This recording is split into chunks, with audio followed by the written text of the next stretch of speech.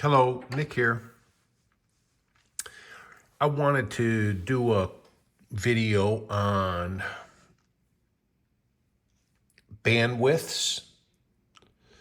It started out as just like bandwidths, but you have to talk about passband, bandwidth, and then throw in a little bit about passband tuning, PBT. See that up there? Other radios might call it IF shift. Like the Kenwood 5000 has a button called IF shift. Same thing as passband tuning. Although ICOM, who coined the name, I don't know if it's copyrighted, but passband tuning, it's dual passband tuning because they give you two knobs to control it. And we'll see that when we start messing around with it. But anyway, let's start by talking about, and this is going to be remedial for a lot of you guys. And also remember, I am not an expert. This is my take on this, my opinion on this, and I guarantee you I will use some wrong terminology. But please correct me where you think I'm wrong. And I love learning. So anyway, let's start with what's a passband?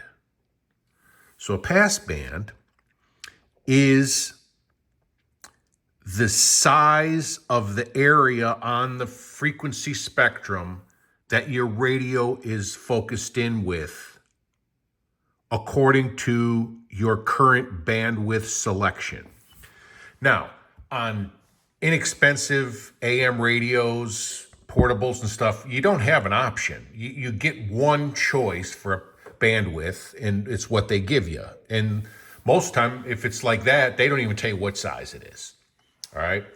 But if you get into a sophisticated radio, some of them, you can set your own bandwidths anywhere from like 0 up to 9 or 10 kilohertz bandwidth. All right. So, but anyway, so the pass band is, imagine it as a shell around. So if that's the carrier, the center carrier, see where the red line is? That's where we're tuned. Okay. That's the center carrier. Then you got all this other stuff going on around here. The passband is how much of this we're taking in with the current bandwidth filter we're using. So if you look up here, where my pointer is, you see that upside down kind of trapezoidal shape with the line through the middle of it? So that line through the middle is the center carrier. And then that trapezoidal upside down umbrella, kind of U, upside down U, kind of, that is the passband. So it's like this. It's taking in everything between the two lines, my finger and the pointer. So if you got a narrow passband, you're taking in this much. You got a wide passband, you're taking in this much. General rule of thumb, the wider the passband, the more fidelity, because you're going to get every single bit of all of this stuff, which comprises the signal. As you narrow down the passband, you start clipping the edges of this. You'll start losing a little fidelity, but you will also start eliminating extraneous noises and things like that that hurt your listening process. Usually, mostly be able to tell those on weaker signals. On a strong signal, you can pretty much open your bandwidth filter, if you have that capability, to encompass this whole thing all the way out to the last little edge of where this green stuff is. So on this radio, currently, look up in the top up here, see it says BW 9.0, bandwidth 9.0 kilohertz. I've got 3 filters on this radio, and I can make any of the 3 equal to anything I want, but I've got bandwidth 1 is 9, bandwidth 2 is 6, bandwidth 3 is 4. So let's turn it up. So this is a relatively strong signal. This clock is right, so it's 2:39 p.m. in Dallas, Texas, Central Time. Son pays ravagé par les inondations a reporté la réouverture des écoles alors que la population se prépare à l'arrivée du tout premier cyclone. All right. Sounds great. Strong signal. Here's what bandwidth and passband the relationship. So if I push and hold on my filter button, I get a sub menu here about how to adjust my filters. So this is filter 1 is highlighted, showing the characteristics. So this orange upside down U corresponds to this up here. This is the passband. And see how it says minus 4,500, and then there's no minus here, so it assumes plus. So you got 4,500 plus, 4,500 minus. Add those two together and equals 9,000. That's 9,000 hertz, which is the same as 9 kilohertz. Hence, 9.0 kilohertz. That's your passband, okay? If I go to filter 2, boom. My passband is +3 and -3 for a total of 6 kilohertz. Filter 3, 4 kilohertz, plus and -2.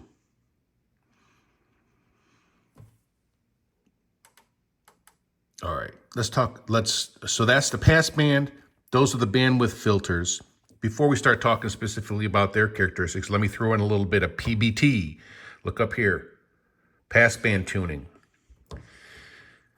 If you've got two signals that are very close together, in shortwave, that would typically be 5 kilohertz apart.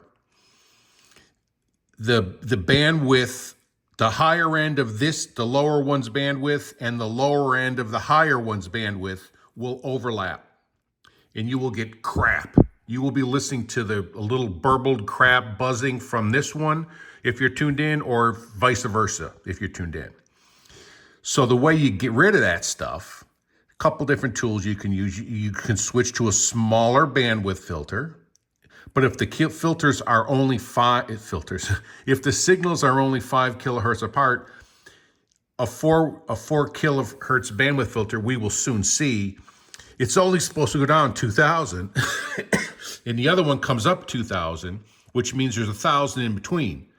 Not technically 100% correct, because most of the bandwidth filters I've ever seen are not literal brick walls, which means that it's not an absolute bulletproof vest made out of Kevlar that won't let anything through. So, and we'll see that. But anyway, passband tuning, when I start moving this, watch the passband. See that? It's shifting that end, and then this end, so you can shift the bottom, that one.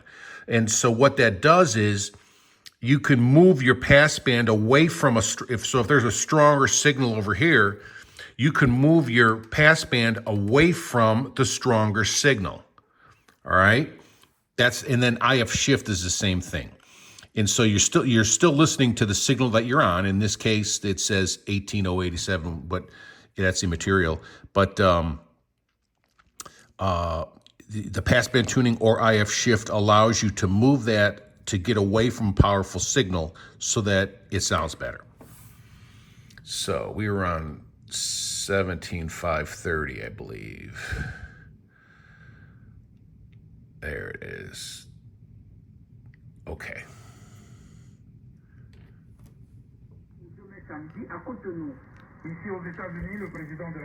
Bandwidth 4 kilohertz. That means plus or minus 2. That means if I move the tuning knob 2 kilohertz either side of the center carrier, I should still be able to hear this signal almost as good as if I was dead center on it. And then once I get away from that, I'll start losing fidelity. So if it was a brick wall filter, that would mean that if it's a 4 kilohertz filter, if I got to 2.1 kilohertz, I wouldn't hear anything. That's not the case. I'll show you. 1 kilohertz still sounds the same. 2 kilohertz still sounds the same. Now listen. See that? 3 kilohertz away, it starts to get squirrely. 4, 5, 6, 7.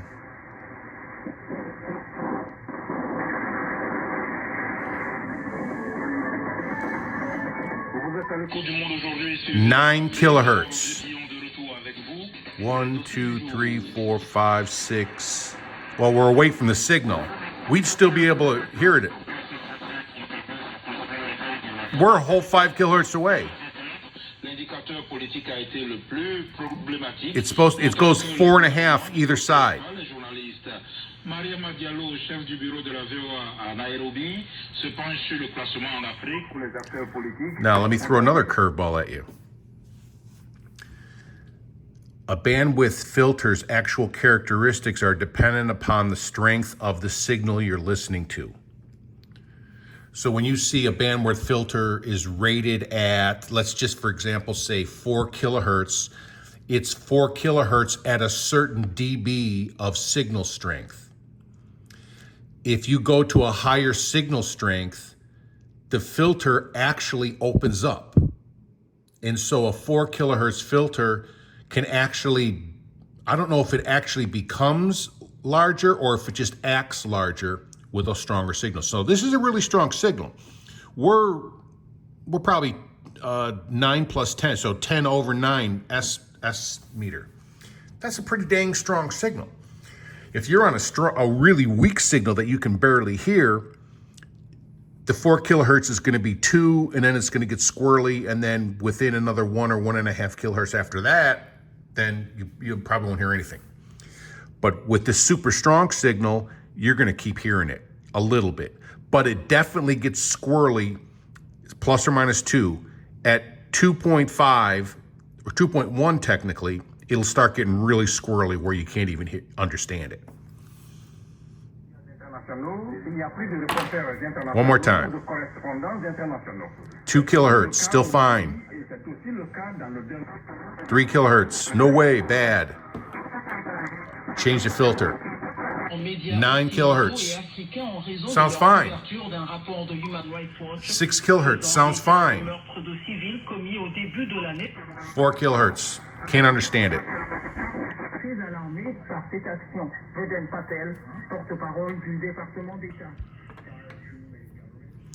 Let's find a weaker signal to try to mess with.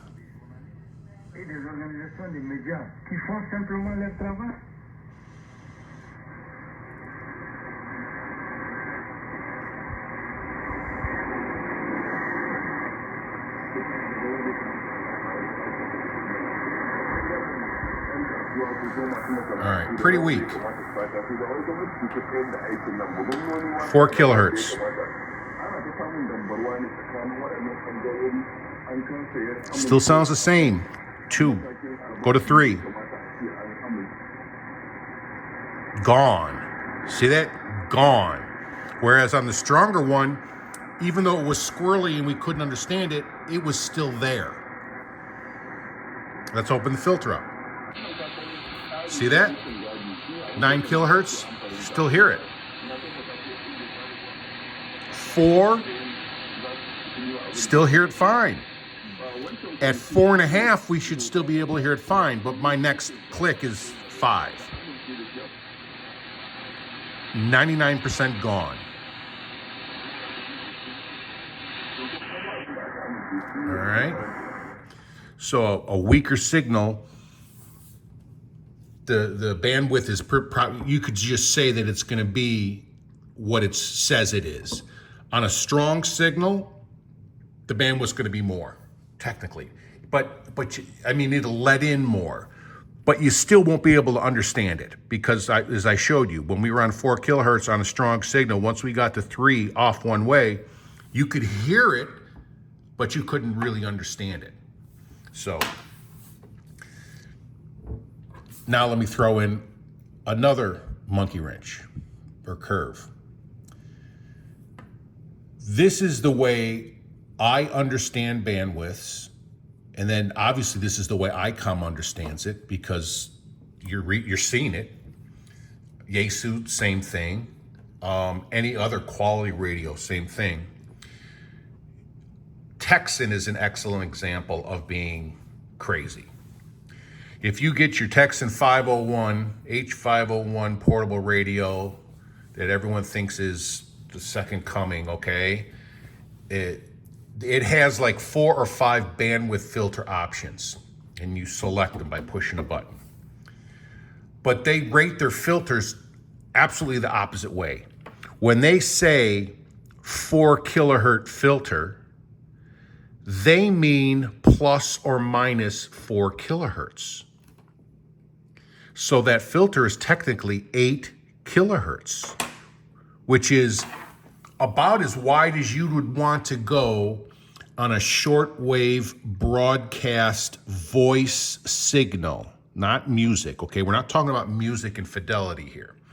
If you're trying to DX a station, listen to the ID or something like that, you don't want 8 kilohertz. Don't need it. Don't want it. So if on that Texan, I think it might go up to like 7 or 8. I think 7 is the heart. So they say a 7 kilohertz filter. Technically, that's 14 kilohertz. All right? It's like way too wide to be even remotely useful on anything but the absolute most strongest AM signal. And even then, if you're 7 kilohertz to one side, even on the AM broadcast band, the next signal is at 10 kilohertz away. So if you're all the way at 7 and still hearing it fine, what do you think that other filter is coming this way? 7. You got an overlap of 3.5. It's like, yeah. So if you're playing with an H501 or one of those Texan radios, cut whatever they say on their display, cut it in half, all right? And basically just go with the smallest one they got. And you'll be okay. Well, you'll be okay, but you'll still have a Texan radio, okay? If that makes sense. So anyway, we talked about the actual passband. We talked about filters, what they're called, how they're rated. Some filters perform different than others. Some of them are more of a brick wall. When you get out to the edge of the filter, it will have less crap coming in from the other way. All right. Some of them are more, I guess you'd call it softer, a softer shoulder that would tend to let more crap in. A softer shoulder would also have more fidelity and whatever. But if you're trying to DX that voice station and you really need to hear that station ID, you need to drop that. And if it's a weak signal, you need to drop your bandwidth. Now, let's talk about how low is practical to go. Remember, a stronger signal will perform like a larger filter. So this strong 9 plus 10, 10 over 9 is, I think that's how you say it.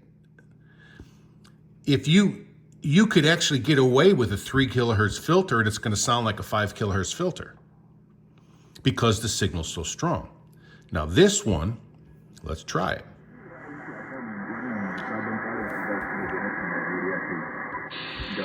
Nine.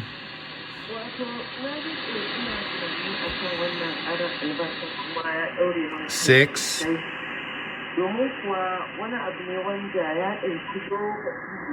Four. We're starting to get to that point where we're kind of getting close to the bottom edge of our fidelity to be able to understand what they're saying. Now, I can't understand the language they're speaking, but if they were speaking English or a language I understood, I could still make out a station ID. Now, let's drop this to 3.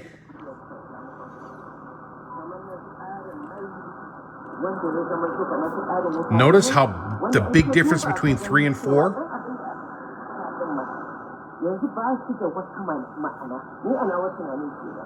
You almost can't even understand what they're saying. Let's go back to 530.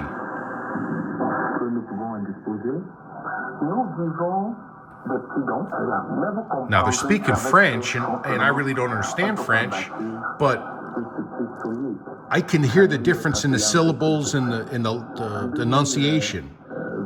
You can hear it much better.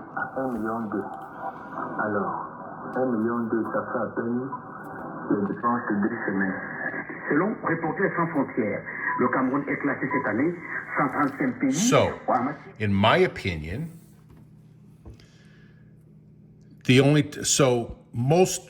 most of these higher end radios have a 6 kilohertz filter, and then they'll go right to their SSB filter, which is typically 3, or maybe in the case of that Kenwood 5000 up there, it's 2.4. But it's like on a weak AM broadcast signal, 2.4 is definitely too small. On a strong AM broadcast signal, 2.4 is, you can still understand it.